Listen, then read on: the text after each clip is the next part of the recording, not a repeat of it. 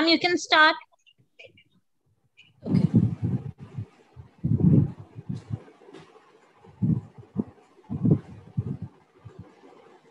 Yes, Neelam. Sir, with your kind permission, can we start? Yes, ma'am, you can start. Yes, you may please begin. Emma Watson once rightly said, both men and women should feel free to be sensitive. Both men and women should feel to be strong. It is time that we all perceive gender on a spectrum, not as two opposing sets of ideals. A warm good afternoon to everyone. I, Neelam Nanda Prabhat, Faculty of Journalism and Mass Communication, on behalf of Gender Sensitization Equality Initiative Club of Maharaja Agrasen Institute of Management Studies, take this opportunity to welcome our esteemed resource person, Professor Dr. Pramod Kumar Mehra. He is currently serving as Professor of English in School of Humanities, Indira Gandhi National Open University, Delhi. He has joined us to speak on a very sensitive and imperative topic, gender representation in media. Before we begin with the module of this comprehensive online certificate course of understanding gender, inequality, intersectionality, and social action, feminist perspective, let's know about gender representation in media. From raising social taboos through science, news coverage of media houses, breaking stereotype mindset through advertisement and running campaigns, media has played a vital role in shaping the perspective, belief, and attitude of society. However, with this intrusion of social media, it has become easy to disseminate any information, issue, incident with a single click, and information reaches to the masses in few seconds. However, on other hand, there is urgent need for censoring the content which is circulating without any scrutiny. Through easy accessibility of technology, inappropriate and unethical information is disseminating in media. For more insights, let me have this privilege to introduce our resource person for this day, Professor Dr. Pramod Kumar Mehra. Mr. Mehra completed his PhD in English and serving as Professor of English in School of Humanities, Indira Gandhi National Open University, Delhi. Dr. Mehra is an Australian Studies Scholar and received prestigious Australia-Indian Council Fellowship. He also acted as Cultural Ambassador of India and gave lecture on India's incredible cultural diversity. His area of interest and expertise include new literature, world literature in English, feminism, South Asian politics, Australian studies, translation theory, research, literary theory, and criticism. He has undertaken serious research work on gender studies. He has authored 6 books on literature, criticism, and translation. He has been an international fellow of Australian India Council and has represented country in various countries too. He has been awarded as Ambassador of Peace by the Universal Peace Foundation and nominated as the President of Youth Federation of World Peace India Chapter. We welcome you, sir. There is few important announcements for the participants. First, the participant can post their queries in the chat box and sir can take those questions during the session if he wants. Otherwise, after this session, the participants are allowed to unmute themselves and ask the questions. Second, attendance and feedback form would be circulated in the chat box. Participants are requested to kindly fill them during the session. Over to you, sir. All right. Thank you very much. I'm so very grateful for this very generous, very kind words that you have spoken about me. I'm very glad to be connected. May I begin with a sincere note of gratefulness and thankfulness for the organizers, Maharaja Agrasen Institute of Management Studies, Gender Sensitization and Equality Initiative Club, and the organizers. I can see Dr. Shweta in particular, the way she has curated the entire thing. Like, I mean, I was very, inspired by the whole, in kind of very comprehensive landscape that you have tried to prepare for this, in the sense that you are talking about understanding gender, inequality, intersectionality, and social action. This is highly important. And particularly at the time that you are doing this, it is important that you are allowing yourself to become a kind of more thinking, better thinking, and a global, like, intellectual in that sense. And I thank all the participants also who have joined in. This is a difficult time, but if we are able to, if you are able to be a part of any discourse like this, I think it is important, it is relevant. I thought that I would talk about gender and media in some sense. Out of my experience, I have been dealing with this the gender question for the last 20 years now in my undergraduate and postgraduate teaching. I have traveled across, so I am aware of how the discourse takes place internationally also, and how things are evolving in our geographical terrain, in our land. And I thought that when we are discussing gender and media, we are basically discussing a very important theme. Please accept my first point, that when we are discussing this, we are discussing something that will, carry very important insights and very tangible outputs.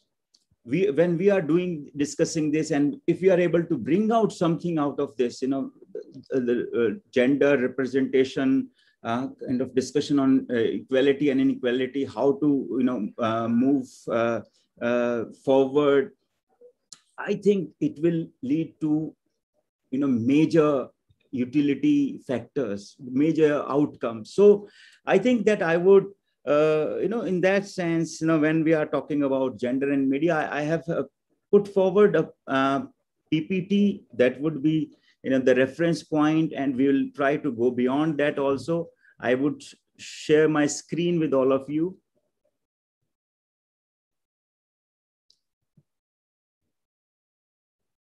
I hope you can see that. Yes, sir. It's visible. Yeah. All right. So again, when we are talking about gender and media, we are going interdisciplinary. We are looking at two disciplines in that sense. Last 50 years, if we look at it, we find that the gender and media are top out of the top 5 words which have gained a big currency in the last 50 years. One other word is globalization. Gender, media, and they circulate so much in the public discourse these days that sometimes we take it for granted that, oh, we know everything about it. But because these are very dynamic, evolving disciplines, we need to orient ourselves much more into this as to how will we, understand the entire aspect. I'm trying to, in this module, I will talk about, what are the types of media, major debates and arguments, some of the textual criticism, theories, data and statistics. When we discuss in academics, I think it is important that we carry some of the major debates, arguments, philosophies, missions, values. So I will try to, in that sense, in a dialogic manner, I'll try to share all that with you. And I'll be glad that, if we can bring about some social, cultural, economic dimensions also. What we are trying to fundamentally do through this module, we are trying to kind of figure out as to whether media has played its role, whether media has, kind of delivered on that front that it was expected.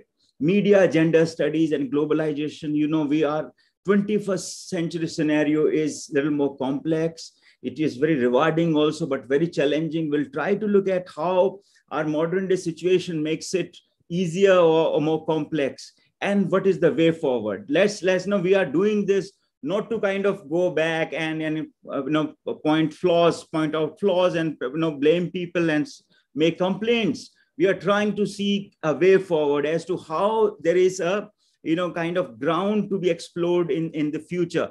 I'm taking you forward, I'm beginning with the idea of Marshall McLuhan, who is one of the most important figures in journalism. He says that media is like a light bulb, creates an environment by its, by its perspectives.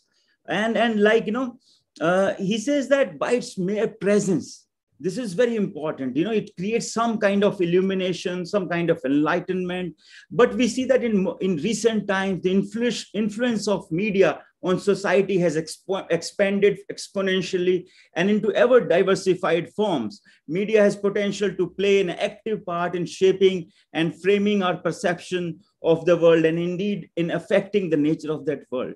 What I'm trying to make that, of late, we have found out that it is sometimes a two-edged sword also. Sometimes we find that this light bulb is shown just, into our eyes, and we are little bamboozled. We are little like, we feel so hazy, and we don't see anything before us.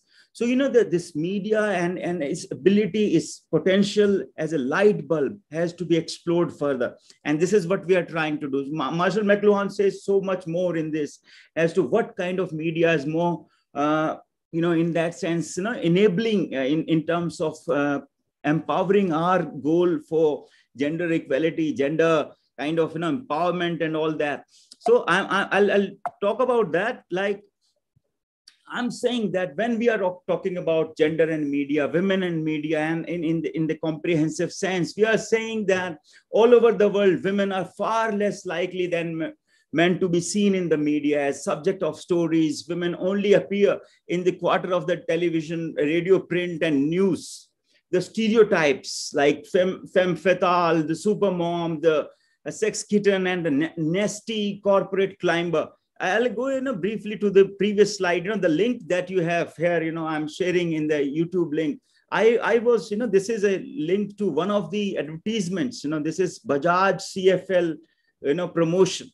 I'm having some technical difficulty in playing this link, but you can go and go to YouTube and you can see, like, it is.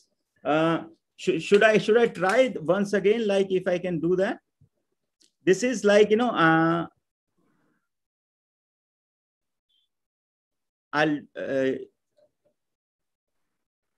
happens like, in this, I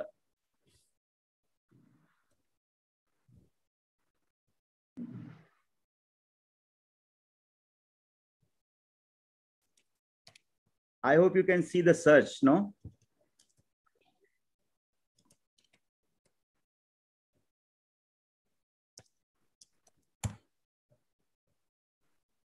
Can you see that?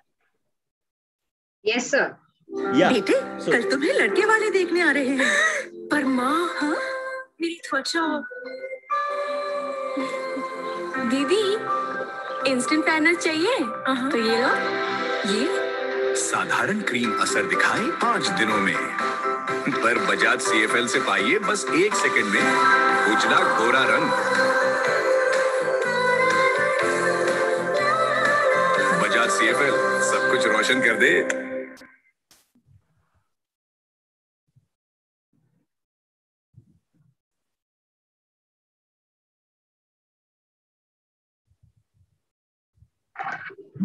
Yeah. So did you manage to see what was there in this ad? 10 times, man. Yes, sir. What? Philips LED bulb. I mean, there are more ads which may get played in the process. So did you see that, there is, I think, a very important time in a girl's life. She's getting ready to meet the prospective partner. And then, the family is concerned about the skin tone, and then they think about a bulb. Do you relate to this advertisement in any way? Yes, sir. Yeah, this is a problem. Like, what I'm trying to say, that how media, like, we talk about so many regulating mechanisms, we talk about so many agencies looking at this, but sometimes so much gas. I got this advertisement in a WhatsApp message, and they said that the fair and lovely people must have died after looking at this. So, I mean, though they do not touch about the actual gravity of this, I'm saying that perhaps we have not understood gender, perhaps we have not understood the larger side of it, and we need to think more about this. And this is, in that sense, we are trying to say that the stereotypes, the major superstructures that we have in our imagination, in media, we use this word frame of reference. So, the frame of reference is so skewed, and we need to do something about this. If I may say that there's a crisis that we are all a part of, and that media by and large presents stereotypical images of men and women. We are not talking about men in a big way, but, does not seem to move any way forward in terms of projection of man. And it's very different from that of women. And therefore action as an agency of the promotion of the status quo, as if we want to retain, as if we do not have any sensitivity to kind of prepare ourselves for the change that time demands. The traditional roles are reversed, and in most situations, all violence inside the home and outside the home is justified and not promoted. So I'm saying that, my dear participants, that there is an issue. I mean, that in the corona pandemic times, the home issues, the relationship issues, became worse, and there were issues, but there was no media to talk about that in a big way. I'm saying that is nothing new. That it is basically an outcome of the evolution, the development process that it has passed through, and it is not surprising at all that they are not at all bothered about the real issues. When the color of the skin, when the skin tone is the only reference point, and when the whole family is bothered about, and no one is, worried whether the girl has actually worked hard so much in that sense. And I mean, these days we are, discussing gender in a much more open way, gender in a much more comprehensive and in a very, in a not any skewed way. So now if we are stuck there, it is a big problem. I'm saying that this crisis has to be attended. And if you look at it, in terms of legal safeguards, there are many in terms of like Indian Penal Code 1960, which has like, section 292 and the Indecent Representation of Women Prohibition Act 1986, number 60 of 1986. We find that both these provisions have adequate safeguards. And if I may take you to the Cable Television Networks Regulation Act 1995, then the IT Act, Information Technology Act 2000, and Section 67. There are provisions that we will not face anything to kind of block the cause of women, block the cause of gender, and we will be extra alert, will be kind of sensitive, and we will be, in a way, enabling agents and not difficult ones, and not the promoters of status quo. This is something, a very difficult proposition. So I'm saying that this is, in spite of the legal safeguards, in spite of such paraphernalia that we have, there are issues. There are statutory bodies, Press Council of India, National Commission for Women, Human Rights Commission of India. If there is something, they also receive so much of complaint. But do we have a way forward? Are we looking at it in the way that important initiatives that we can look at? If we go to the Beijing Platform for Action and Equality, Development and Peace, which started off in 1995, I think it's just one very, European Union, yes, they collaborated with over 130 countries and started with this platform, major component as to how gender and media has to come together, and the Charter of the Fundamental Rights of the European Union. And we, in a later thing, 2010, we have European Commission's Women Charter adopted in 2010. We may also look at, in terms of international initiatives, which can help us to kind of develop insights about this. European Pillar of Social Rights, 2017. So amidst this plethora of provisions, legal provisions, statutory bodies and international initiatives, there are bodies which will attend to this, which develop research perspectives. What is the problem? I'm saying that, this it is relevant here to look at the Me Too campaign. It started from the media entertainment world. Like, this campaign raised awareness of the prevalence of harassment. We always look at the media world to be glamorous, to be, kind of very fascinating, attractive. But how it is a hub of, major issues in terms of, we know how, senior ministers got, little, a difficult time because of this. And no, I don't know how to, kind of refer to this, but it was a very difficult moment, and the actions, the reactions, and some remedial action took very, very, long time. How media organizations should respond to disclosures remain contested. I have been following this for a long time about, like, there are news stories, there are, there are people who are talking about this in a big way, but there is no systematic, organized, a kind of sequential response. For a long time, so many people kept saying it,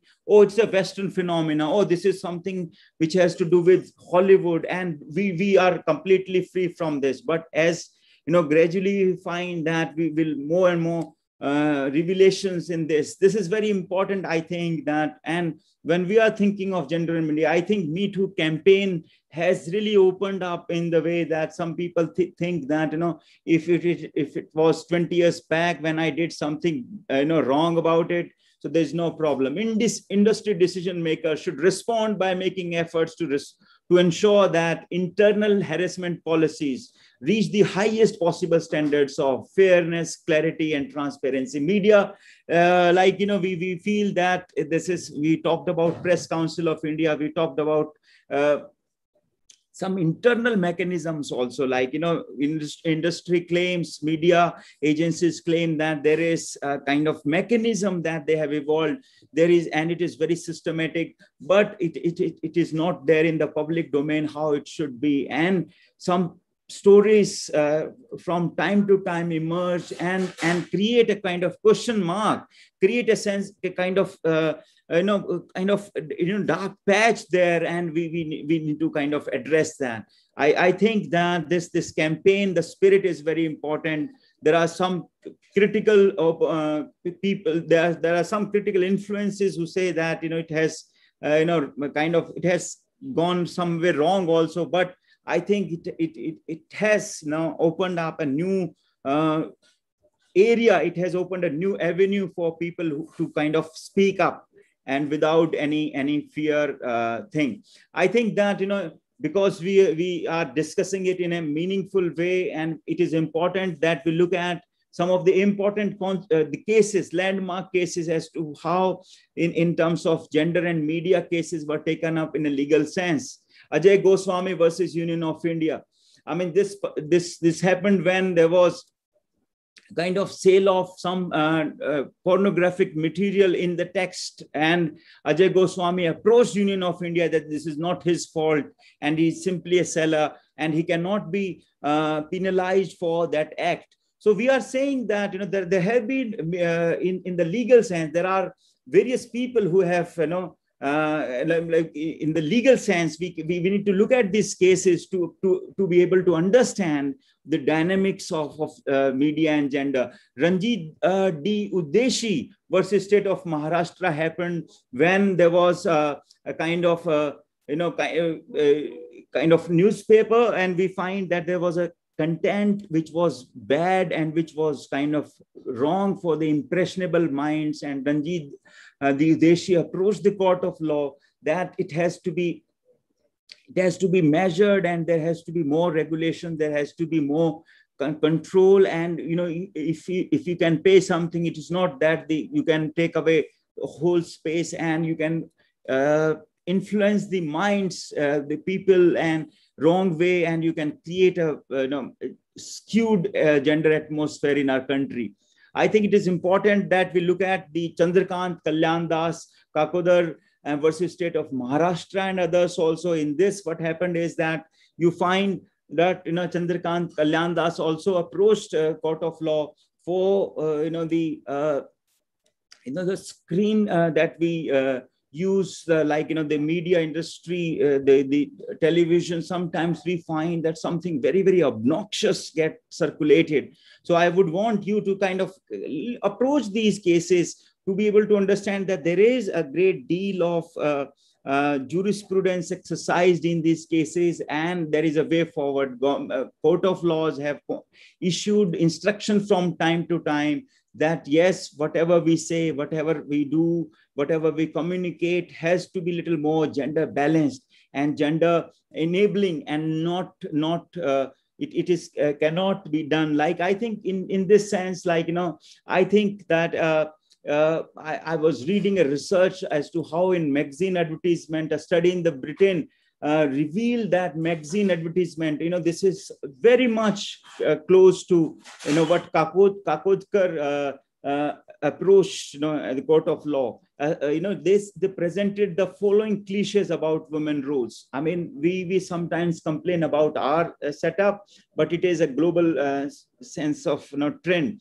Women's place is in the home. Almost invariably, we are projecting this. When we will stop doing this, it is not like we are saying that home is bad. It is not at all the sense. We are saying that home, yes, it is very important to, kind of to take care of the entire thing and the family, home, and the atmosphere. But to suggest that only women are meant for that, and it is their sense of, kind of duty and sacrifice alone, it is a major issue. There has to be something that, I mean, there is some way forward, there is some movement forward, but I think that there has to be a change there. Women do not make important decisions. Almost you will find that mother will say that, oh, your father will come and then will take you to something and will take the final call on this. So it is sometimes about financial affairs. It is about major decisions in the household. It is a problem. I mean, when magazines, when advertisements, kind of promote that sentiment, women are dependent and need men's protection. This is again, I mean, I don't know how and when will this change. And men regard women primarily as objects of desire. They are not interested in women as people. This is a very, very, thing. And this magazine, this survey talks about that. Things are changing, but we need to talk about.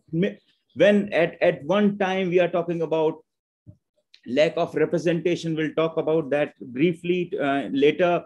And misrepresentation is highly a problem when we are talking about gender and media. When we are talking about projection of their roles in media, there's an issue about self-esteem and girls' identities, eroticization of young girls. This has caused major problems. There is a kind of identity crisis that is faced by some girls, and those who continue to consume media images are strongly influenced by the stereotypical images of the uniformly beautiful, obsessively thin and scantily dressed objects of male desire. This is a major problem, and I think that all of us, all of the participants, need to kind of place a role to kind of check that, stop that. And studies have shown that the girls who are frequently viewers have the most negative opinion of their gender. This is something that we cannot allow that to happen. And a lot of time has passed, a lot of efforts have been made, but things are still not changing in the media bias. Is it real? I'm not trying to be preachy. I'm not trying to make any intellectual points here. I'm just making this debate dialogic. I'm trying to engage all of you in this discussion. I'm saying, is it real? Women across the world have made an enormous contribution in the global efforts to tackle COVID-19. I'm just giving an example to you. Can you look at this from my perspective? I'm saying not only do women make 70% of the world health workers and first responders, women in STM, science, technical, and these fields have been leading research into the virus creating trackers and developing vaccines. I'm saying that this has not come out in the way it should have.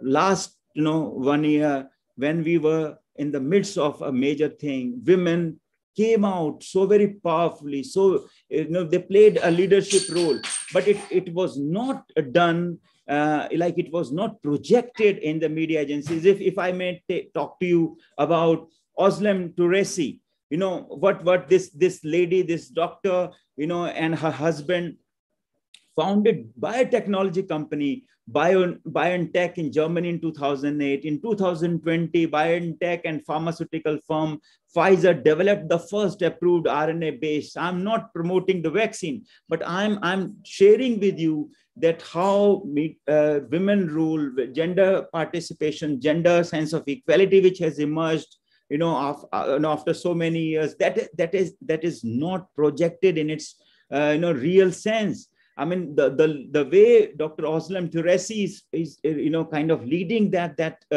research, that much required, so much needed research. I mean, we are not talking about. Another name that came to mind, when I was trying to, take out papers, trying to read out on this, Soumya Swaminathan, a pediatrician and one of India's leading public health experts, known for her groundbreaking research on tuberculosis.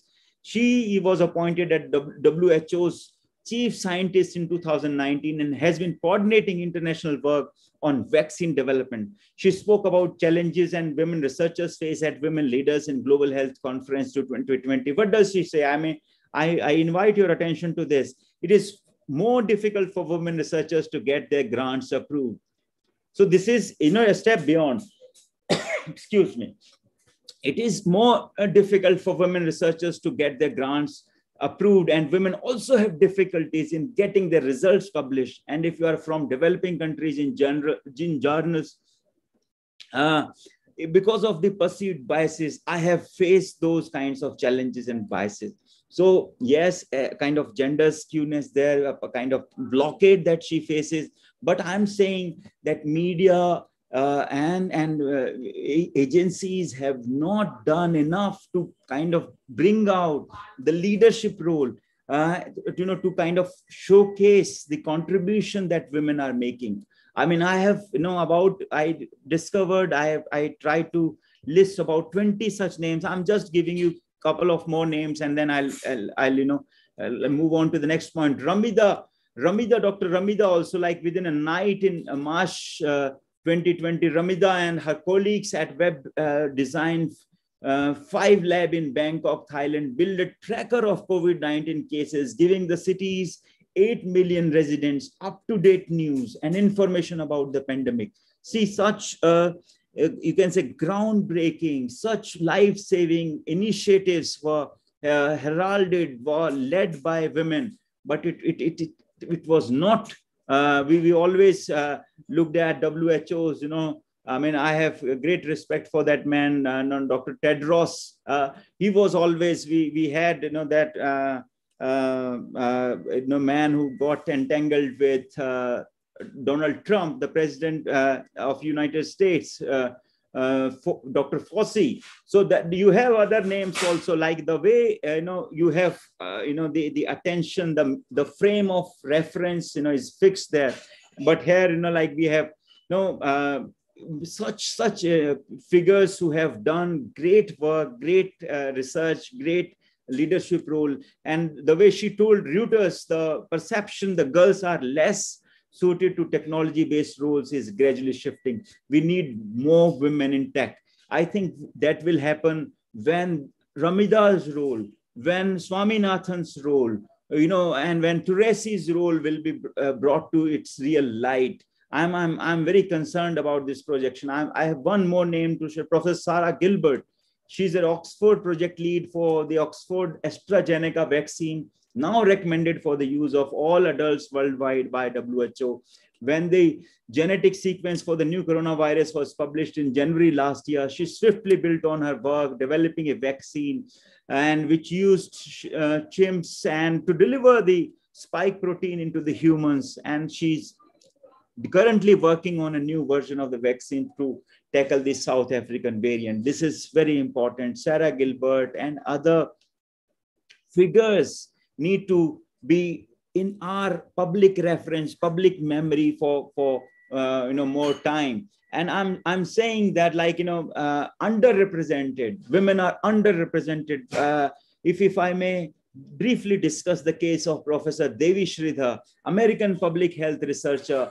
Professor Sridhar is a leading authority COVID-19 in the UK and professor and chair of global public health in Edinburgh University. She's known for her work on assessing international response to Ebola virus. Again, this important is his name. I'm doing it with the purpose to point to you that there is a kind of bias, there is a kind of skewness, and there is not much role assigned to this. How do we resist stereotypes? And how do we work for change? This is a very important question. I mean, although many concerns remain how women are represented in the media, there are signs that things are changing. The roles for women on television in particular have become much more varied and complex in the last decade, ranging from tough and take charge characters.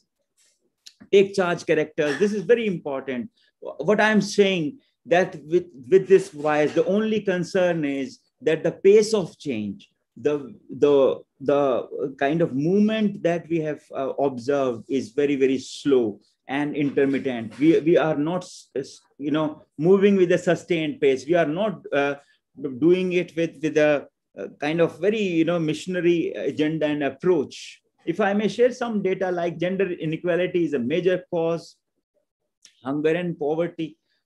When we are discussing, my dear participants, this idea of gender in India, we have to see that the entire landscape is a big issue. I mean, we find that 60% of the chronically hungry people are women and girls. Less than 20% of the world's land holders are women. Women represent fewer than 5% of all agricultural land holders in North America and West. It's a global phenomenon. So will this not entirely reflect in the media houses also, in the relationship between media and gender, in the connections that we are trying to explore today? Where do women stand? I'm trying to kind of talk to you about women make up more than 2/3 of the world's 796 million illiterate people. Women's participation as chairs or heads of rural councils is also much lower than men's. We know that Bangladesh, 0.2%, Cambodia, 7%. So this is, the participation as far as women's kind of, leadership roles is less than 7% in the global sense. 132 million girls are out of school, major cause of concern. How it will be, if it will be somehow, lesser influence if we are not talking about the foundational aspects, how 34.3 million girls of primary school age, 30 million of the lower secondary school age, and 67.4 million girls upper secondary stage, huge dropout issues, huge issues of, no schooling at all. So this is a major problem. I'm saying, I'm trying to position this thing. And when we talk about portrayals of girls and women, it's a big, big problem.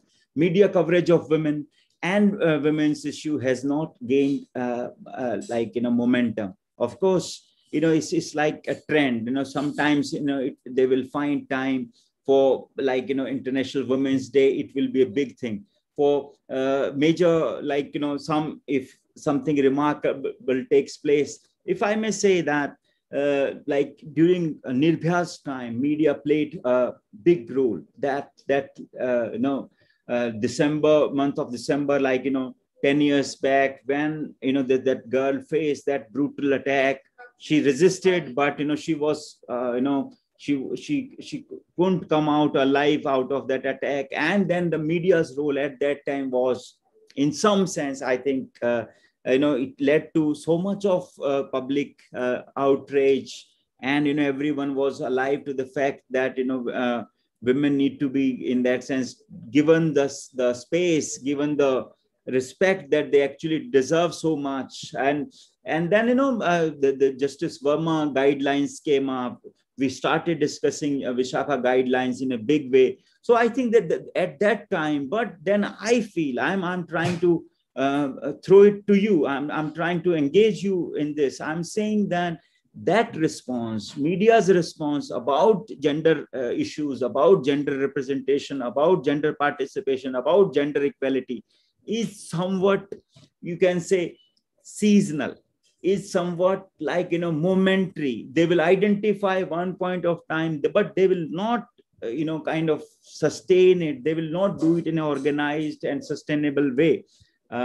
We have like, this gender equality in the sustainable development goals also, but I think it is, I'm very sure that despite everything, we are not able to bring this into focus in the intensity and in the in-depth way that we should in the actual sense. Women professionals and athletes continue to be underrepresented in news coverage and are often stereotypically portrayed when they are included.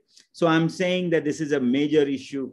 Like when I was watching a kind of program where when men cricketers are called for discussion, they are asked a different kind of question. They are asked question about their stamina, their kind of financial health, what kind of endorsement they are taking, and how do they, how do they see their life ahead, what kind of international collaborations that they would make. But if women cricketers come in at the same time, they will only be asked about, marriage and, some very, you can say, very childish questions would be asked, and it is more of a comedy at that time. I don't know how to respond to that. That has to change, and we need to be much more. So media's kind of thing.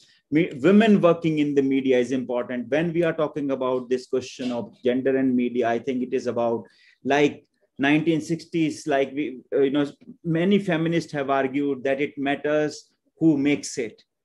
When it comes to the mass media, who makes it continues to be men. So how can we expect that gender roles will be done justice, will be looked at with from a very balanced perspective when there is no gender equality, when there is not enough sufficient number of women working, when they are in terms of newsroom, in terms of the writing rooms, if there are not many women, how will we actually change that? This is a cause of concern.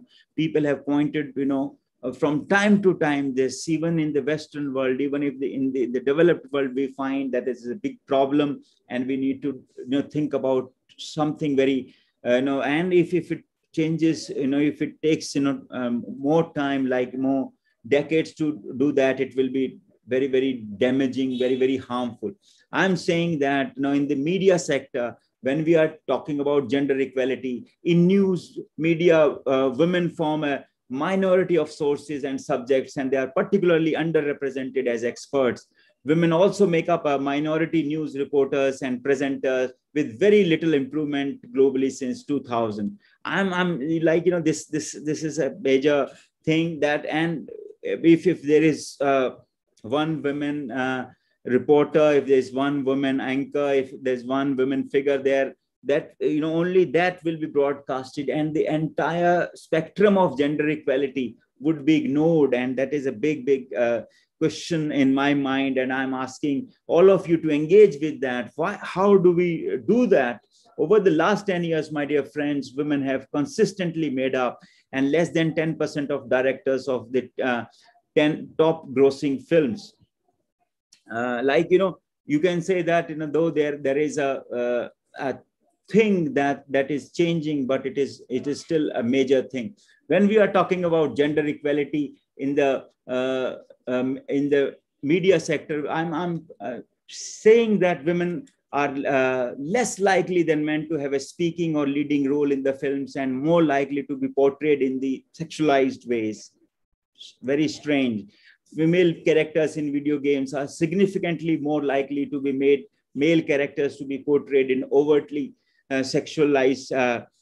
This is a very like audiovisual advertisement. If you look at women's overall speaking time and screen time is significantly less than men. prevalence of traditional female stereotypes in advertising, and of the portrayals of men as decorative and sexualized is important. Before I talk about Ellen Showalter, it is a question like, we talk about equal wages, we talk about Article 21, right to life, dignity of life, and everything. But in the media, we find that there is such disparity, such inequality that male performers, male reporters get pay of a different kind, and then there's a sense of difference, not in the sense that the women get bigger paychecks, but it is on the lower side, and for the equal kind of work there's and it has to change. It has to be looked at little critically. I'm talking about Ellen Showalter from my literary background point of view.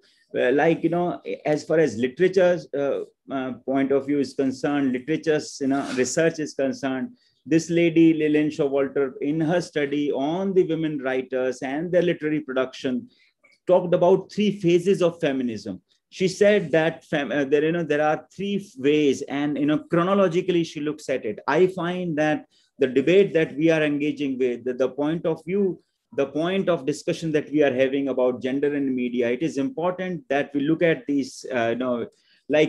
She talks about feminine phase, the first phase. About Victorian England, 1840 to 1880. She talks about where women were writing in some way, but they were largely imitating men. To some of them, to the extent that, George Eliot, you must have heard. George Eliot was not the real name. It was the pseudonym which was adopted by Mary Ann Evans. Mary Ann Evans used this name, and then she kind of used this because she had a fear. She was apprehensive that she will be read with the equal kind of she may not be read. She may not receive the same kind of audience if the female name goes there in the circulation.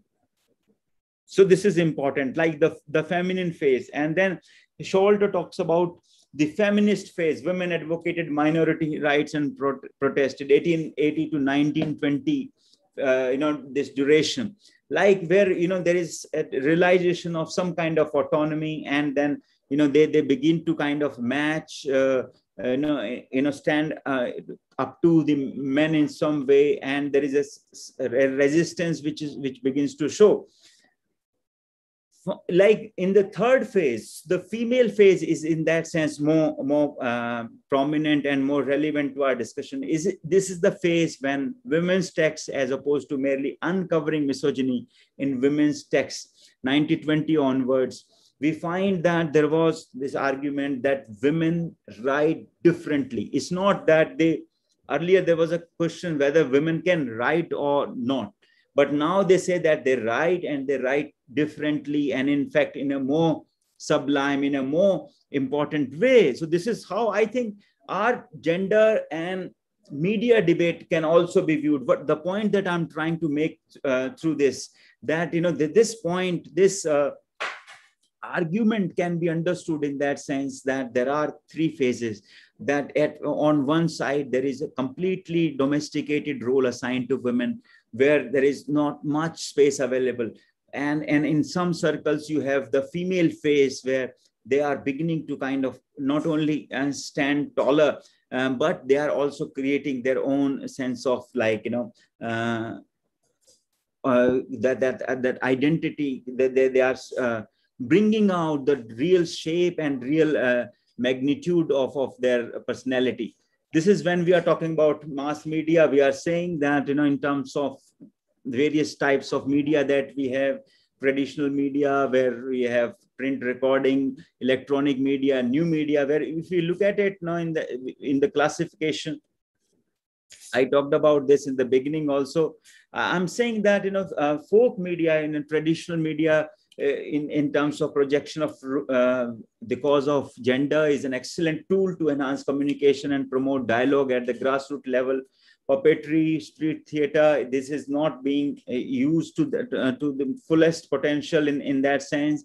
When we are talking about magazines, booklets, periodicals and newspapers in the form of print media. We talked about some of the issues, radio, cinema, television, in electronic media, new media, like where we are talking about, known as global media, and we also sometimes social media, where, in the case of television, radio, and other electronic media, communication is only one-way process. The interactive capabilities are very much limited because feedback is delayed. But I'm trying to say through this kind of saying that we need to use new media, we need to use alternative media. If the mainstream media structures have, if not fallen, if they are weakening, or if they are not delivering to the extent that they should, we need to explore newer paradigms. We need to explore, we need to travel to newer domains to make that. And like sometimes people say that, in new media, where anyone can transfer any information at any time and at any place to anyone. So these 5 ways are important, and we need to use the power of media to that sense. When we are saying that there are major distinct areas that can be covered, media content studies concerned with the cultural character of media output, this can be included with the process of stereotyping, biased media content that can promote violence and anti-social behavior and such effects, especially on the children. So I'm saying that, like, if I'm saying, stereotyping, sometimes, lack of analysis, lack of criticism is also felt. Like, if something comes in, like if we have in the modern times, there are narratives which seem to be, emancipatory, liberatory, where we feel that this is, yes, model. But I think that more and more people need to look at this, whether this serves, like, for example, if I may discuss with you that this film that we saw recently, like Dangal, for example. In Dangal, we find that the protagonist, Amir Khan, looks like a very enabling father. But if you look at the kind of the plot and the subplot, and when I looked at the first image, the first promo, the poster for the film, I found it very objectionable, in the sense, it promotes, say, like, in Haryanvi accent, "Mari chori ke choron se kam hain ke." In that sense, kind of posing the genders against each other. That is a problem. And I'm saying that all emancipated discourses which have come, there have been issues. For example, if I'll take a short while in developing this cause, whatever images that we take, through media, we need to problematize that. We need to look at it a little more skeptically. We need to take that with a pinch of salt, and not as something that is shown to us.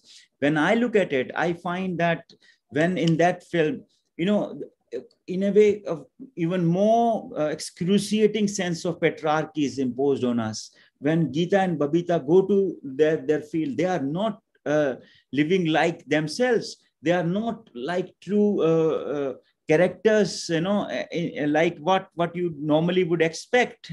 But they are so dependent on their father that if the father is not there, they are short of a kind of strength, short of power. So this is something that I think I have got nothing against the film, but this simultaneous projection that is going on. I mean, the father thinks of making them the wrestlers primarily because there is no son child in the family. And then when you find that he does not promote that beyond the family, you understand this thing, how this world will change. Simply if we are creating space for my girl, my child in the family, that will not change the world. The larger change would come when there will be a person, like, we had this thing, the other film, the narrative, where, a person, he studies and he invents something. I think it was Three Idiots, where the person goes out, he does not do something to enhance, kind of aggrandize his personality, but he kind of innovates for the sake of larger larger benefit, larger social good, that is important. I think in that sense, when we are talking about this, it is important that we question, we problematize, we put to doubt the major narratives which come in the name of gender equality. I think that this is something that we can look at, and when we are discussing this aspect, like more ways into studying media, the question of ownership and control, especially on the increasing concentration of media production, also a fewer number of larger corporations and commercialization of programming. This is important, that we need to, when we are studying media, when we are looking at the multiplied, magnified role of media in our lives, we need to look at those questions. Ownership is a big thing. Control. I mean, these days, the media industry is increasingly getting privatized. More private players are, kind of dominating the scene. So how will we ensure that in the case of, do we need to have more regulations? And media practice of agenda setting, distortion, and reduction of information is also a kind of cause of concern. We need to be aware of that. When I'm saying that, media effect on society is like, how media affects, human mind and the way we have and act in society. The degree of influence depends on the availability and pervasiveness of media. All of our traditional mass media still have great influence on our life, and we need to kind of look at that. Women in the media, it is important, are the potential victims of women's media's influence over society. The portrayal of women as sexual figures in popular culture is also a threat to the well-being of our society. And frequently women are, this has to change, this depiction and this portrayal in some form of sexual representation or misrepresentation. This is important. I think the word which circulates, objectification, is in the media. I mean, very, it's a big concern. Is the representation of women in media as an object rather than the whole human entity. And if we do not change that, there may be a time that we'll begin to treat this as the norm. This is a problem. This happens in many contexts, including advertisements and cinema. Feminist scholars say that the objectification of women involves the act of disregarding the personal and intellectual abilities and capabilities of a female, reducing women's worth or role into the society, and of that instrument for the sexual pleasure and that she can produce in the mind of the other. This is important, my dear friends. When we are discussing this, I think that, in the first phase, when we were talking about journalism, when we started talking about development journalism, and now we are talking about development communication in a big way. We have, in my university, we have started off a diploma in development communication. In that sense, we are talking about how we can integrate, how we can bring together the feminist discourse and the gender questions in the mainstream of the media questions how we can kind of bring together those aspects. This is very important, that that in terms of like self-regulation, and then external regulation agencies come up and kind of put a check there. So like in India, print media and electronic media continue to enjoy as widespread a reach. They also leave their impression on both general readers and policymakers.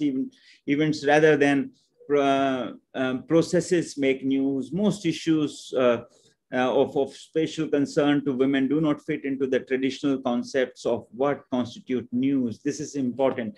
Like, we need to change that thing. And if we are talking about electronic media, we are saying that the traditional tremendous popularity of television and its ability to reach a vast audience with illiteracy being no barrier led to the idea of using television as a channel for information on development among several governments, administration, and administrators. From the mid-70s, television began to be used to promote development and oriented messages among the Indian population. So we need to kind of use that as a resource. I talked about, I shared an advertisement with you. I think that the concern is that advertisements, are yet another important integral part of viewing, and we have not used that to perfection. I mean, out of 100, about like 5 to 7 advertisements would, take you in the right direction. And due to this persuasive power, the advertising is the best known and most widely discussed form of promotion. And this persuades and motivates consumers about the advertised products, services. Plays an important role, but if the way it is being used in the present is a cause of concern. We need to kind of break free from this, break the status quo, and we need to kind of go to a different thing. When we are talking about journalism, when we are talking about advertisements, we talk about at newspapers, we talk about newsroom, we talk about various media agencies. I think we can look at gender roles in cinema also. I mean, some people are very positive that the situation is changing. Women characters in cinemas are often devoid of a realistic projection and end up on screen as stereotypes. A good and ideal woman in Bollywood has traditionally been long-suffering and submissive, who is chaste and is inclined to make sacrifice for the other, especially the male members in the household. My dear participants, this is the situation. I mean, for the long time, I hope you understand this, that there were some women identified to play that role, and there was no change. The hero may change, but the mothers will, mostly they will come and kind of shed tears and, sob before, and they would, look like, complete figures of sacrifice all the time, giving away their sweat, blood, and everything for the sake of male characters, and particularly their boys and then men, husbands. So the bad women, on the other hand, has been depicted as westernized, blonde-haired, individualistic, and sexually aggressive. This has to change. This is changing. But my point of concern is, my understanding is that those narratives, there are issues where you find that, like, I think there was a film recently, Puglet. I saw it on the, I think it was there on the Netflix. You find where a widow, like, a girl, a newly wedded girl, after 5 months, she kind of gets the news that her husband has died in a road accident, and then the way she negotiates with life afterwards is, I think I found it a bit of a departure from the earlier projections and representations. So I'm saying that I'm feeling that there's a change of air in some way. And the way, she asks for a cold drink, when relatives have come, and she does not, she does not cry. I think that is a major point of worry in the family, and they were all worried. Her mother-in-law and her mother, they always look up to her, just to kind of, shed some tears and cry, and then, show some kind of pain in that process. But I find that, I'm saying, despite this thing, despite some narratives here and there is a kind of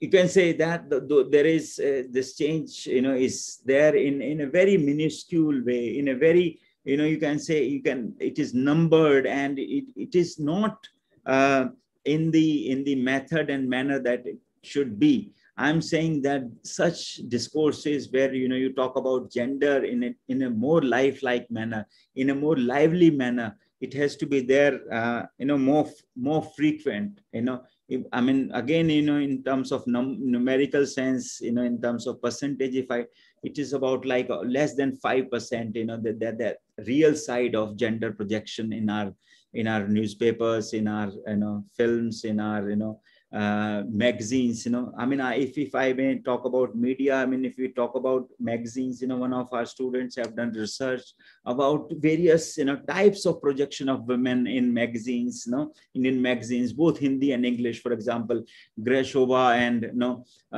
Greshova in Hindi, for example, and then you have Women's Era and Femina on the other side. And the way, you find that there is, there is there is other magazine, and then these magazines would all the time be filled with the recipes, and a kind of and you would be surprised that sometimes some anti-women thing would get projected there in those magazines. It is completely I mean, beyond one's understanding and comprehension. How can that take place? And you find that like in Femina, you would have some idea that a woman beginning to make kind of one's space. And if you read about the questions which are being asked, as kind of like a lady entrepreneur, a kind of film star or a model, you find that and that is quite different from like like Hindi magazines or other magazines, like for example Women's Era. And there are interesting researches done on that, and how that the magazines which are supposed to take the women question or the gender question forward, that is something that, and how there are sometimes regressive points of time, and kind of adequate sense of justice, real kind of treatment is not done, and how that has to be changed. So I mean, I'm when I'm raising this point before you, I'm saying that this is something that has to do with all of us. I mean, you find that most of these magazines, men are writing. So men just, they bring out their own patriarchal selves, their own patriarchal attitudes and aptitudes in those stories. So unless women begin to write that, unless the ownership and kind of decision making roles are there in the hands of women, I think that will change the situation. So I'm bringing out this point of view that there is a need for kind of large scale sense of projection. Like when we are discussing this, do we have a way forward?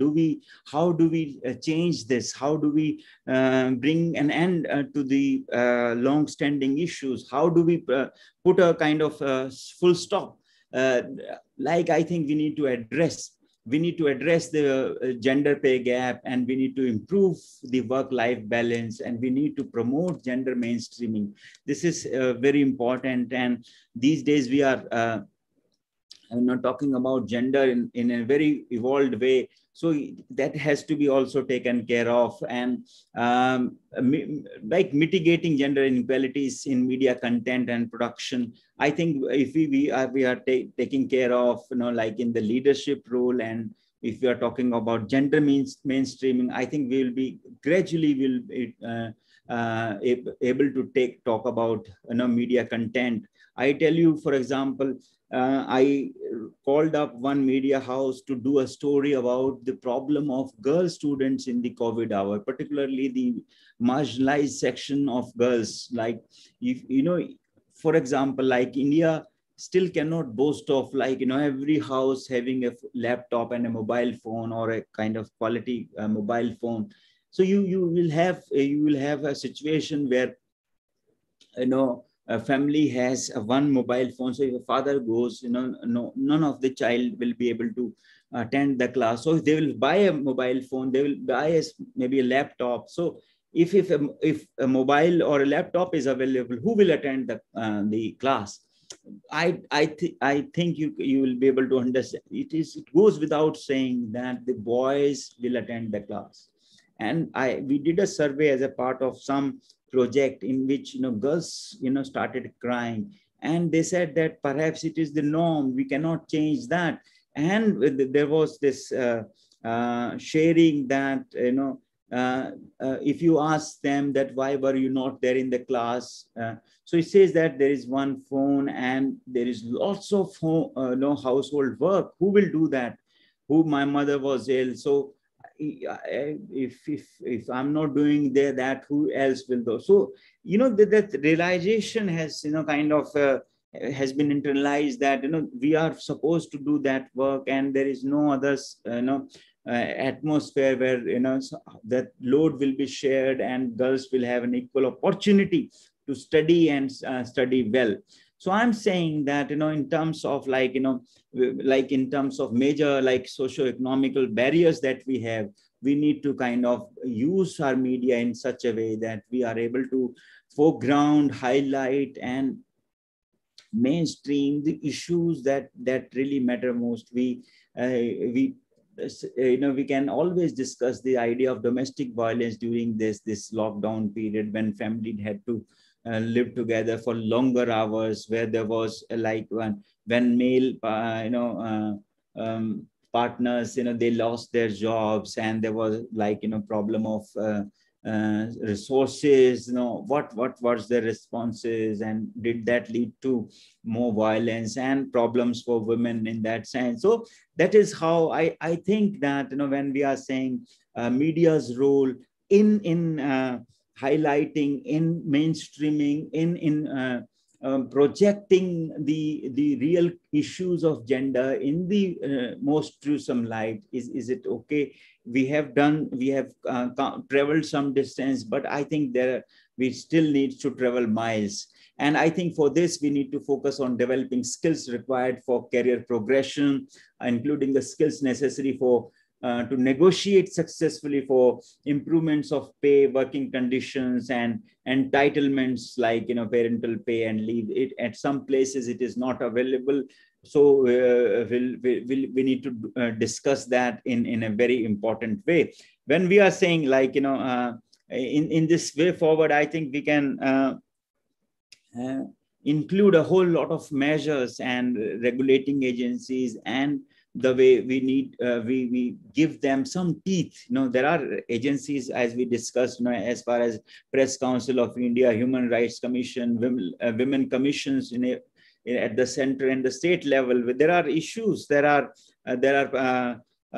agencies, but we need to kind of give them more power, more teeth, more kind of I think that sense of popularity also, that it is not bad, the way it happens in the in the violence against women cases, where reporting is so very low. In the same way, like I think the media has to kind of bring this issue to the fore, that when we are talking about this, when we are when we begin to discuss this in a more dynamic way, in a more open way, in a more kind of in a public sense, I think that will be more appropriate, and we will be able to find a remedy to this. I think I'm beginning to come to the kind of final part of this. I think that some books which have talked about in an important way about this media and modernity, a social theory of media, talks about this complex negotiation between media and gender. So if you take this into account about John B. Thompson's narrative, and then Sonia Batla's thing, where she talks about this book, Women, Democracy and the Media. The Sage has come out with this. So this is important discourse, and she talks about all major issues and all major contentions. This is important. I will also like to recommend P. Norris's account, where women, media and politics is discussed. OUP has brought this out, and very important intervention. So this is how we can, through the help of some, I have tried to flag some issues, some concerns, some legal framework, some viewpoints, ideologies, some philosophies, and I think that we need to use that in our in the in the times when we are looking, each one of us has a powerful sense of responsibility, and that has to be taken note of. And with that, we'll be able to kind of play, kind of fulfill our share of responsibility, and we will lead to I'll stop here. We will discuss something. If there is something that I have not been able to, kind of discuss in length, we will take that into account. And yes, I thank you for all of you for listening to this.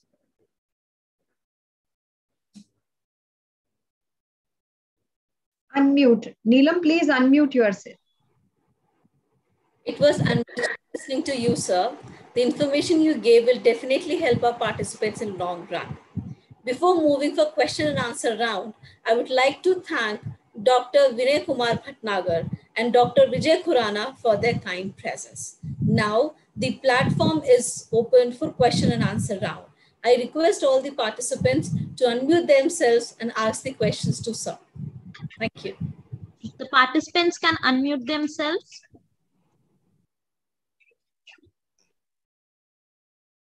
Good evening, sir.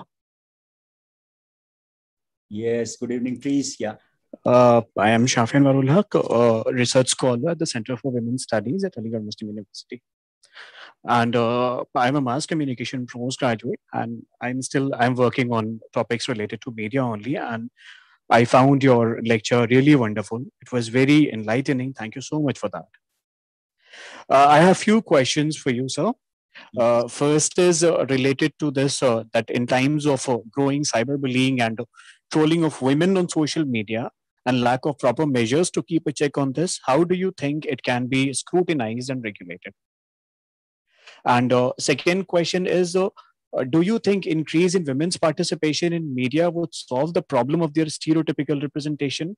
Would they not adhere to this social and patriarchal norms, as bell hooks say patriarchy has no gender? And last question is related to gender representation under thorough surveillance and patriarchy in reality television show like Big Boss. I mean, gender representation in film, soap operas, and advertisement has been discussed a lot. But since reality television is a new phenomenon, and scholars are yet to look into gender issues in this genre. Your comments on this? Thank you so much. Yes, this is, I think, your questions, are, phrased in a manner that they reveal the complex side of it. And I'm happy that, you are engaging with the situation in this particular way, where like the first part of the question is that, do we have, before, like, you said, in the times of modern day technology, where we are talking about social media and alternative media, how do we deal with the idea, cyberbullying of like, it has happened in so many cases. I mean, I remember that when Tapsi Pannu would say something, or some women, if they take up some important cause, it will is subjected, they will be trolled, and very difficult situations would be created. Yes, this is a thing, and I think that it was not perceived right in the beginning, but now agencies, particularly these, I think the hosts, like, you can say, I have seen how Twitter, how Facebook, they are trying to design some framework where they can, kind of block this if there is a threat perception of that kind. It is not easy. I mean, I feel that what bell hooks says that, patriarchy has no gender, this is true too. We have seen that, because if we have, grown out of a system, I think we will reflect all true colors of that.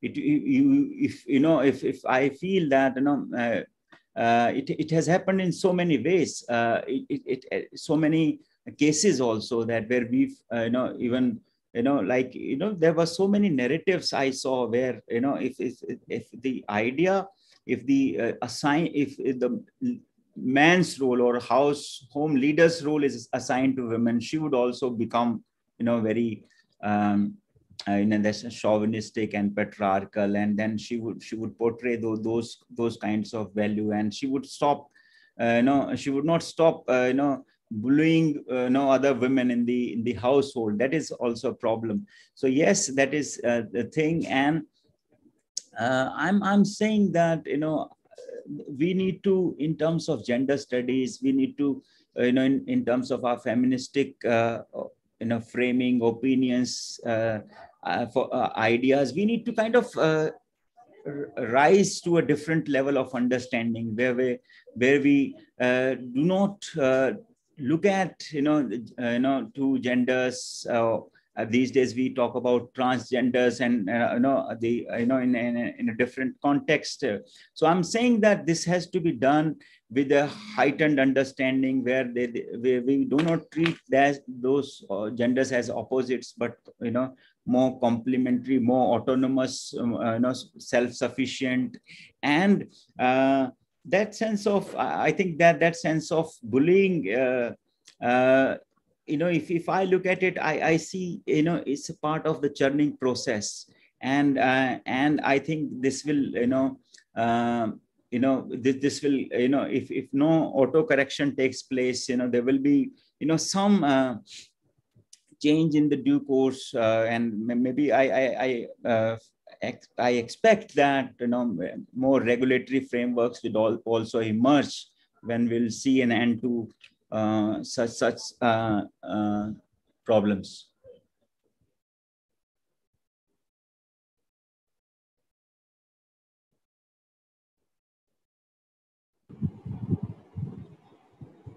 Sir, Subhadi Mandol has written in the chat box, and the question is, does the lesser women perspective in the news is linked to the lesser women viewership or vice versa? Yes, you can say that. Because this perception, this belief system has continued for a long time now, that because there are not many viewers, or this call, I think yes, this is true. Like what happens that in terms of child films, like for example, who will decide that what is a child film, or what is good for the children?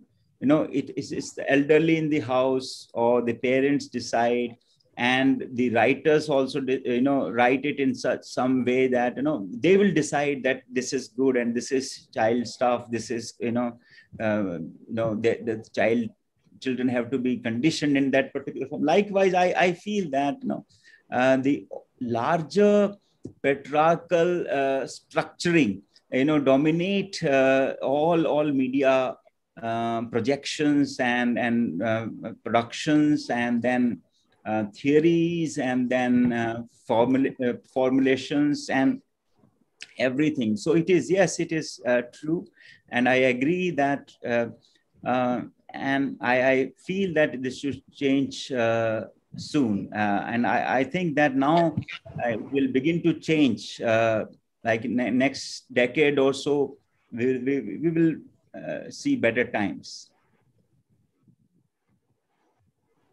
Sir, Kasturi Bharadwaj has also written in the chat box that daily television soaps are also playing very negative role in the socialization of girl child, as it reestablishes gender divide and patriarchal culture.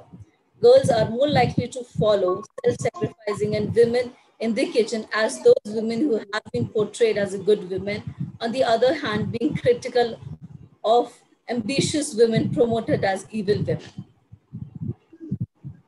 Yes, I agree with Kasturi. I gave an example in my sense of exchange with you that even like the narratives which are pro-women, you will find that there is, if you look at it, the film Pink, you would find that why do you need a kind of male figure? I'm not, in that sense, anti-women, anti-men in that sense. But that if there is something, a male figure would determine everything, would kind of, like, even he would guide as if, he's, taking a class of all these three women. If you have seen the film, they are very powerful, very, independent, qualified 21st century women, but still, like, there's a sense of reliance shown.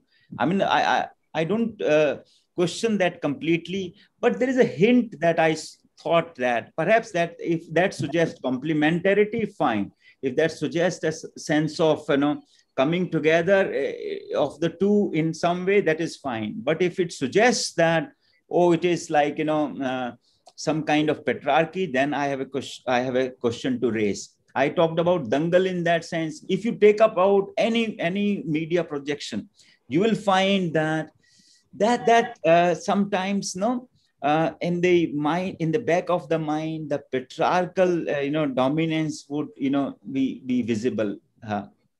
And I didn't expect, Amir Khan, who has been kind of such a inspirational figure. Like, I watched his Satyamev Jayate, where he talked about, from the research point, how we can bring about a change. But this film, like, when he talks, he plays, that Ranbir Singh Fogart, or that character. He should, he's basically fortifying, strengthening the patriarchal constructs, and you will forget, Geeta and Babita in towards the end of the film, but you will remember that dominant, male father figure. And I think there's a question to ask. And when Kasturi is saying this about negative role, yes, but like, if the audience become, this goes other way around also. There have been some televised serials, where there was some, new ideas were projected, where there were some experiments, conducted, but they didn't get any public sense of appreciation. So it is about us also. If we stop watching those, and if we, be more vocal in our sense of criticism for those things, that will, change the situation. So yes, we need to look at that critically. And yes, I mean, they are talking about a regulating agency, a kind of censoring, and in the television also, in the advertisements also. So that is required. And I think in our this discussion that we have, we can bring about this point that everything that gets broadcasting on the screen, on the radio, on the big screen, there's cinema, and then all kinds of media, that has to be, there has to be a sense of check. Thank you, sir. Sir, I have one observation to make. If you remember, in 80s, there was a slogan, very popular slogan, Hema, Jaya, Sushma, Sabki Pasand Nirma. I think everybody remembers. So now I think media projection has changed, that laundry is not only a women's job to do, right? Because now there is a ad which is on air, I think Wheel Super Nirma, where women is teaching her husband about, so this is how, I mean, I just want to make that media actually played a very important role. Media projection play a very important role in reducing the gender gaps. So I just remember that ad, so that is why I just made my observation. And that campaign is Share the Load, actually. The Share the Load campaign. And there's one more campaign, Hawa Chalegi, Hawa Badlegi, of Havells also. So the Havells, as electrical appliances, they have introduced, all the appliances and all the household work in a very beautiful manner, which is not only for a female to do. It is the sharing the load with men and women, where the coffee mug is also one of the advertisement. Then the surname was also one of the problem. When the girl gets married, they have to, take the surname of the husband. So in the hospital, boy says, ki nahi, girl अपना for continue. then registration also, yes. Well, Dr. Shweta, you have pointed out very nicely that yes, change is the order of the time. We cannot resist change, but I'm more alarmed, like, we will talk about intersectionality at some other point, but media has, like, has not taken up issues which belong to the, women folk, at the grassroots in that sense. When we are talking about, washing machine and that, I think, yes, it is a reflection of change. And that Nirma ad, yes, and the way in the present ad they are reflecting the change, the sentiment of sharing. Yes, very important. But I'm not very happy with how the issues of gender. I told you about this fairness aspect. If like about the problems of widowed women, about single mother parenthood, and then there are so many issues. I think the problems of the professional women. I in my presentation I gave you some instances about, like, say this Professor Vishwanathan and all these women who have made it big. We cannot imagine the kind of pain and then the trauma they must have faced. So if we can in somehow bring that on the in the limelight, I think that will be more inspirational. But yes, I'm not in that sense all that critical. We need to kind of take a very balanced view of this. Yes, we have covered some distance, we have reached a higher ground, but we need to travel more distance, and all the aspects of gender equality have to be captured, portrayed, broadcasted in the most truesome way. Good afternoon, sir. Nidhi this side. I'm a faculty in the Department of Journalism. Am I audible? Sir, I completely agree to what you said. Media projection of even sharing the burden is showing as if it is a favor to female folk, and if somebody gives us a cup of tea or shares the burden, we think it is a big favor rather than we think it is normal. So you're right that media is still projecting, very hidden layers of patriarchy rather than showing that this is normal to share.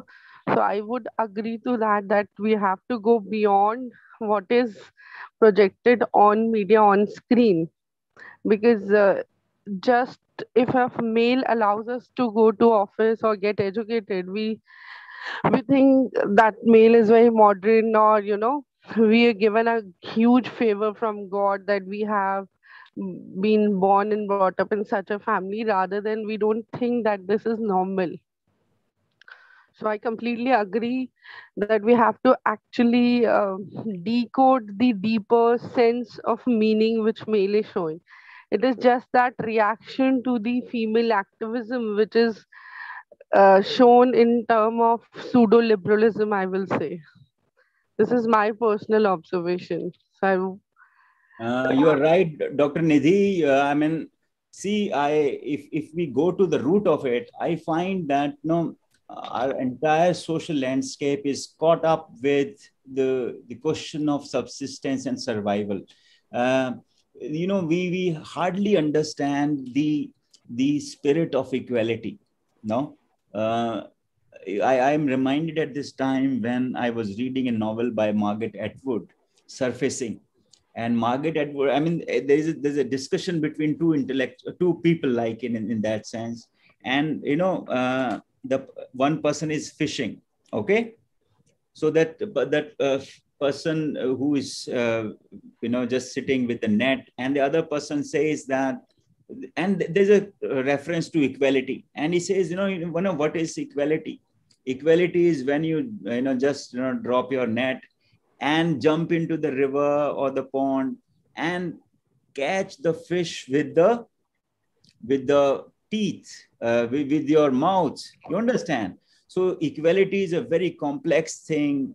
And I think that because, like, you understand, the issues, the physical, the economical issues that our country is facing, that is a big issue. I think that sensitivity will take shape only when we are free from the larger issues of deprivation, exploitation, and inequality.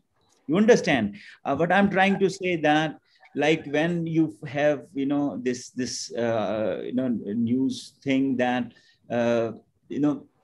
that's a Sen Gupta report, about 70% of us live on less than $2, that is a big thing. And how can you think about the gender question? How can you think about that level playing field? And you see, when you create a ground for others when you have that ground. If I am secure in my place, only then I can think of I think at a macro level, we are finding ourselves part of a very deep, messy, problematic traffic. And I think this in that sense, what you are saying, yes, it will it creates problem, and it will become psychological, like it is still a material kind of issue for us. Maybe philosophically, if you look at it, it will become psychological in the next step. And I hope we will act as positive influences for that period. Those who are attending this, at least we will play that role. We will allow our cells to be lesser influences. And it is more important that it is not a kind of intellectual issue also. It is about I think it is rooted in the family. I feel that the spirit, and actually the way we see it, family is being put to big invasion attack in the last 50 years. And we are that sense of complementarity. Some people may see it like family is very oppressive, but the idea of complementarity that we can absorb and internalize from a family system and structure, it is very difficult to take it from any theory and book. So yes, it's a slow, steady process, and let's stay positive. Let us fulfill our share of responsibility and keep doing our bit. So I also would like to say something. As in the corporate sector or in the media sector also, we always talk about equal pay for equal work. Okay, so it's good with the media also. So recently I read a news where Kareena Kapoor was criticized on the social media for asking 20 crores to play Sita in a particular movie. And she was trolled on the social media by saying how she can, ask for 20 crores, the same amount which is being charged by the male actor. So this is also a very ironically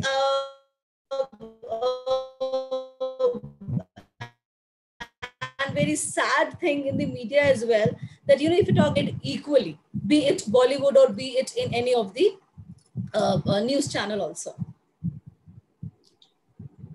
Yes, it is, I think, a perennial tug of war, and there's no doubt, perhaps, they should ask for more wages, like Kareena Kapoor, the kind of,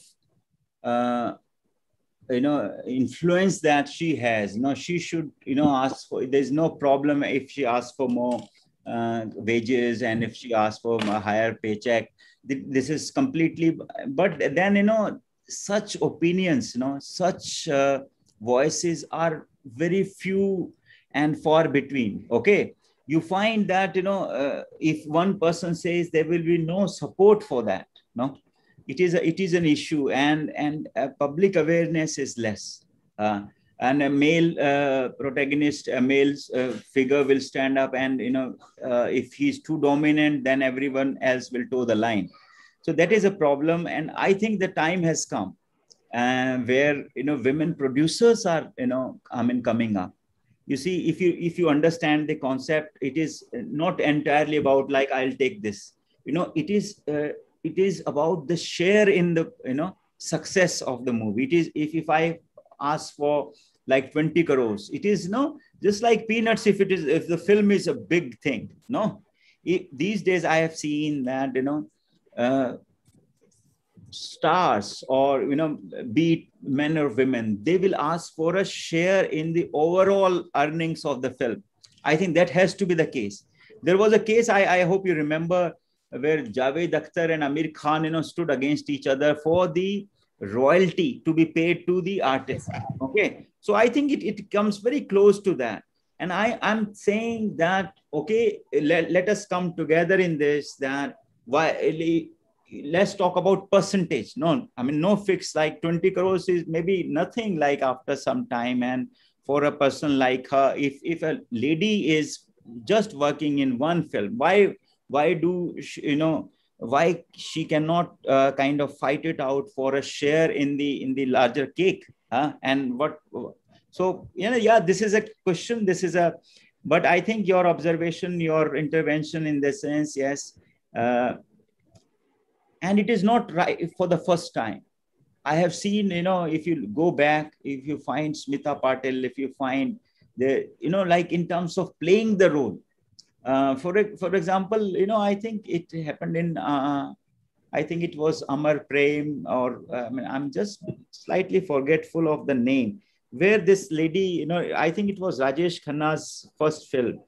So this lady has to play the role of a unmarried pregnant woman, like a lady who gets, kind of, I mean, she gets attached to a man, and, she gets pregnant before the marriage. And there was such huge, problem in the film industry. So, when one person takes a call, and now, like, I think she was Wahida Rahman, she became a big star after that, after that call that she took.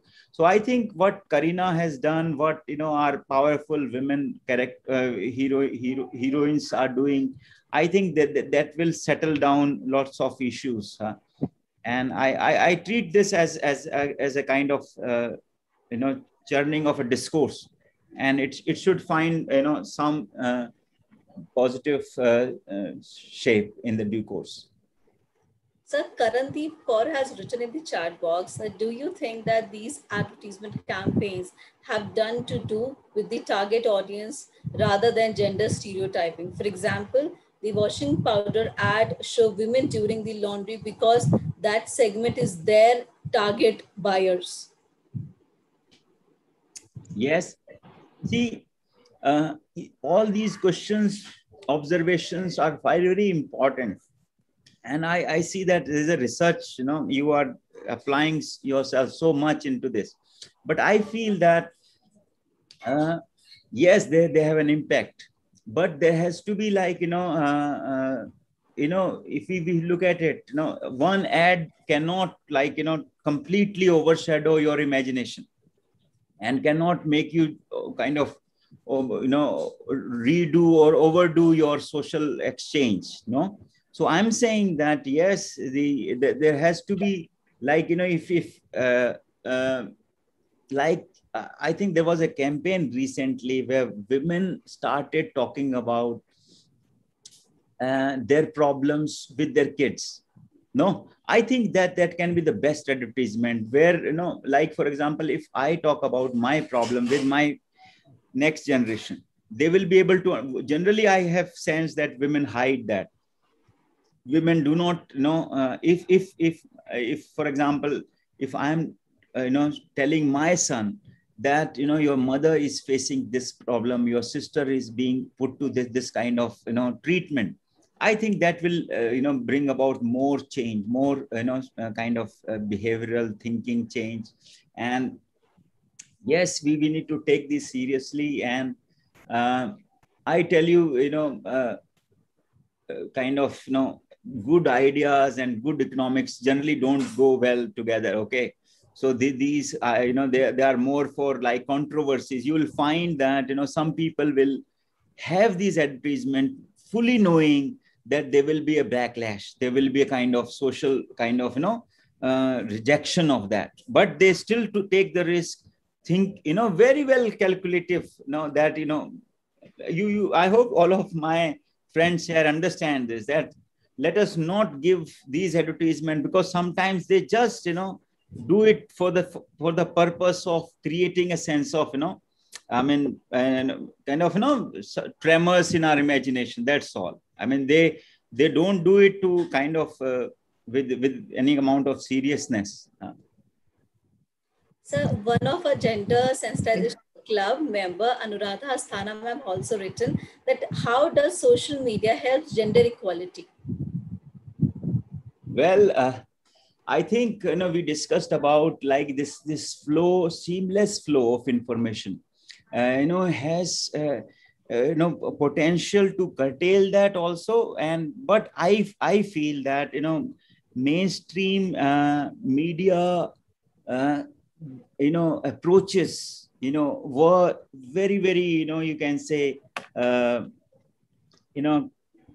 were ridden with conflicts, were ridden with problems. And social media in one powerful way has, given that sense of, autonomy. If I'm holding the phone, if I'm holding, a account with a kind of social broadcasting site, I think that idea that I am the author, I am the communicator, I have a voice, no? Like, Gayatri Spivak, one of the feminist critics, she said, can the subaltern speak? She wrote a very wonderful essay, can the subaltern speak? And there were, in that, she was trying to communicate that perhaps subalterns cannot speak. I think that with social media, there is a potential. It depends, it remains to be seen in its full composure, how far and how much do we capitalize on that potential. But I'm very positive, I'm very, I'm, very pragmatically positioned in my, official thing, that yes, it has scope. And I've seen, like in my, if I share my personal thing, I have seen, some, I've talked to them that, they feel that it offers a emancipatory, though you may find that the physical, challenges, you understand, because, you need a support when you make a point somewhere, you need some ancillary agencies to come together and, be a supportive influence. If that does not take place, but this, like in summary, if I may say this, that the availability, the idea of availability of a product like this, is so liberatory in my mind. It creates a spirit of positivity, and I think that is important. We will see in gradually, ma'am, like, perhaps you are, you are asking me to problematize this, because it is, yes, it goes both ways, it cuts both ways. It gets very, very, dirty sometimes, just like, if trolling, I mean, one gentleman asked about that, trolling. And I referred to in my presentation, this lady who works at the WHO level. She says that to receive grants for female scientists, I mean, at that level, the people who have grown out of science, grown out of scientific temper, they still, kind of retain their patriarchal skin. And so yes, this is complex, but I would continue to believe in the sanctity of the platform of social media for some more time at least. Thank you so much, sir. As we have come to the end of this wonderful session, I would like to request Ms. Shilpa BSL, Assistant Professor, from Department of Business Administration to propose vote of thanks and conclude this session officially. A very good afternoon to everybody, and a very good afternoon to Professor Parmod Mehra. I, on behalf of Gender Sensitization and Equality Initiative Club of Maharaja Agrasen Institute of Management Studies, would like to take this opportunity to express my sincere thanks to you, sir, for your very comprehensive, practical, and highly engaging talk on gender and media.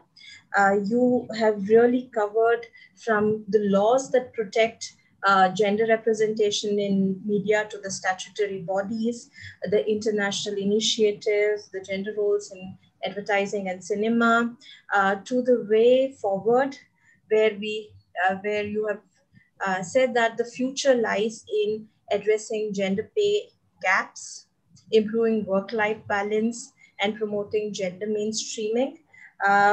We are really thankful for this, and we are sure we're going to see you soon, sir.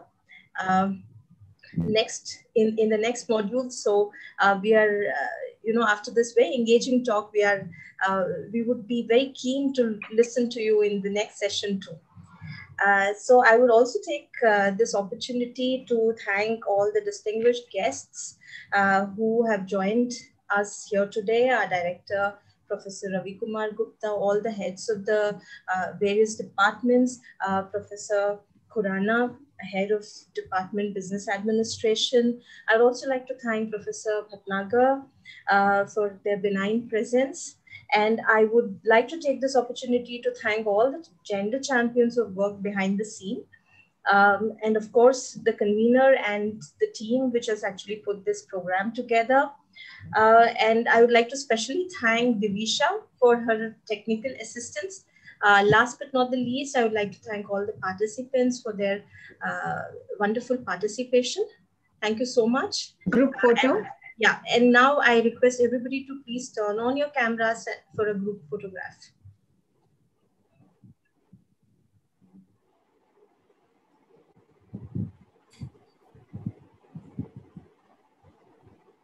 Thank you. Thank you, sir. Yes, thank you, sir. Thank you, sir. The problem with such topics is that the more you try, the more scope you see in exploration. So perhaps, I have achieved some success, but I'm happy that, such good, like-minded friends are, discussing this in such, good spirit of togetherness. And we'll look forward to see each other, one more time. And let's see if we can cover the rest of the ground in the next meeting. Thank you very much. Yeah. Thank you, sir. Thank you so much. Thank you, sir. Thank you, sir. Thank you.